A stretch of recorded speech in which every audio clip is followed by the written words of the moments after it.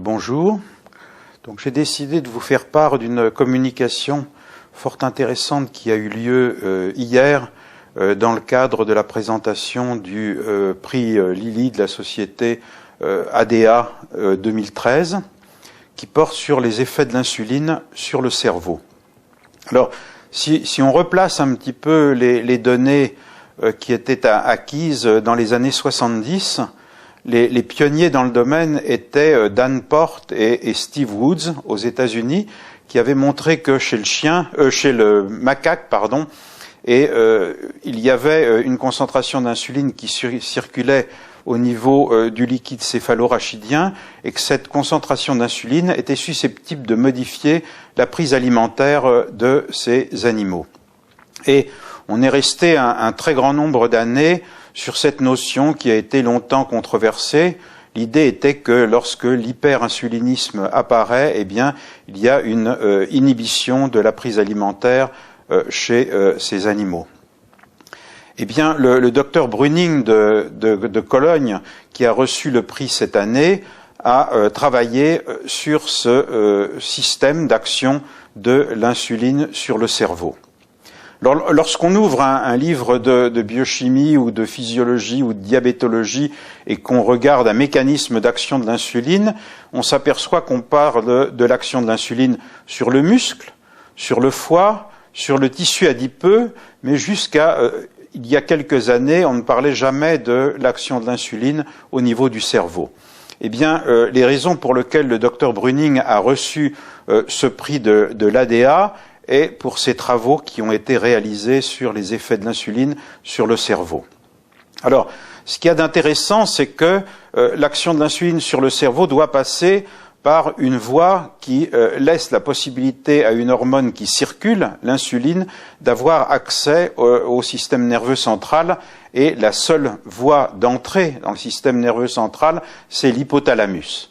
Et donc c'est dans l'hypothalamus que résident les structures qui vont être capables de répondre à l'insuline.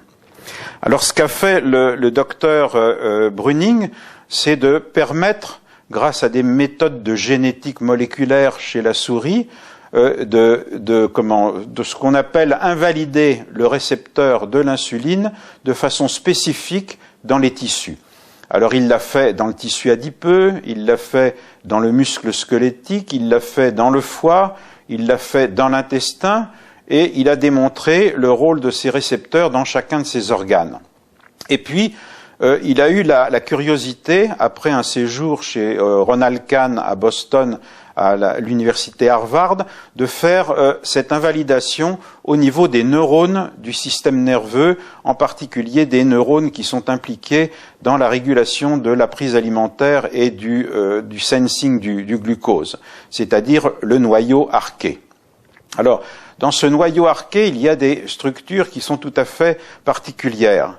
On sait depuis très longtemps que lorsqu'on détruit le noyau paraventriculaire ou le noyau de l'hypothalamus latéral, on modifie profondément la prise alimentaire. Rappelez-vous des expériences qui montrent que lorsqu'on détruit les noyaux hypothalamiques, on entraîne une obésité chez le rat. Lorsque c'est paraventriculaire, lorsque c'est une destruction des noyaux latéraux, eh bien c'est une anorexie. Eh bien, dans ces structures du noyau arqué, il y a deux types de neurones.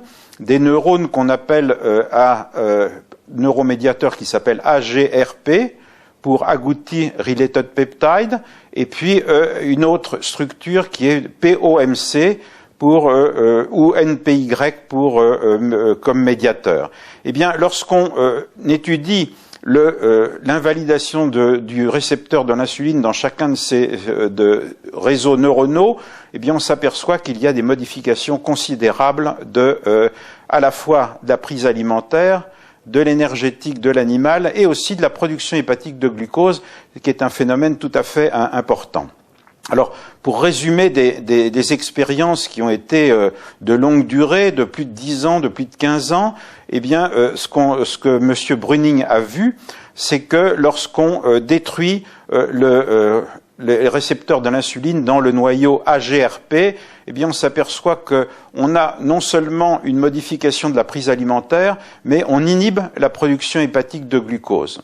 Et ce phénomène est tout à fait nouveau et intéressant parce qu'on pensait jusqu'alors que le seul mécanisme par lequel l'insuline était capable de bloquer la production hépatique de glucose était via le récepteur de l'insuline localisé au niveau du foie. Eh bien, il y a ici un système qui est un système redondant, qui est très efficace et qui passe par le système nerveux central.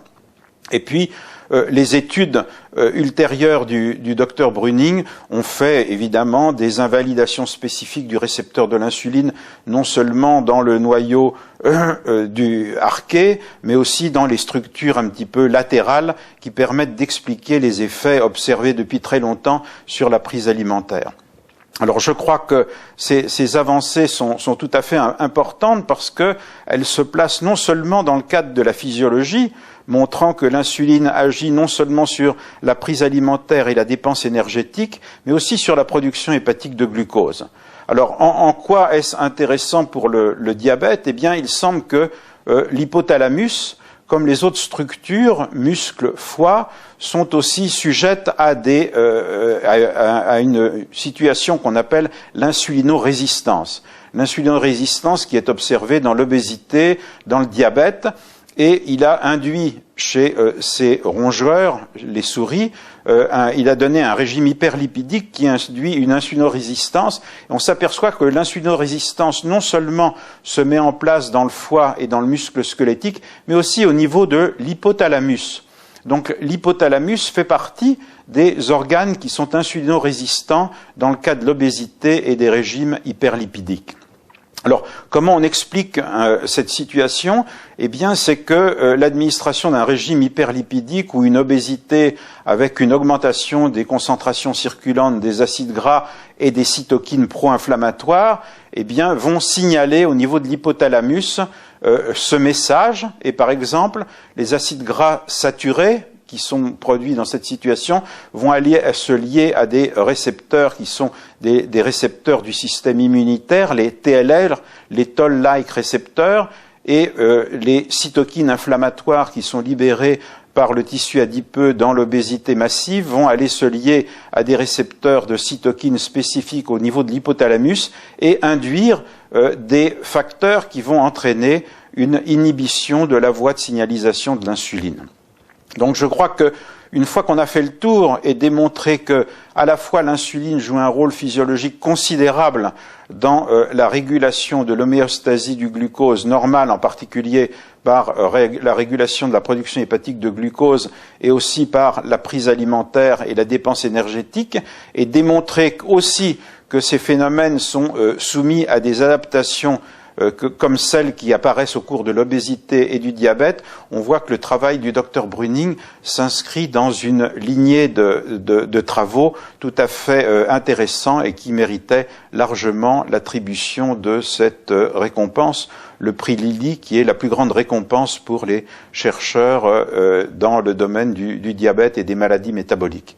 Eh bien voilà, j'espère vous avoir convaincu que cette thématique était intéressante. Elle m'a passionné, j'espère qu'elle fera la même chose dans votre cas et je vous remercie.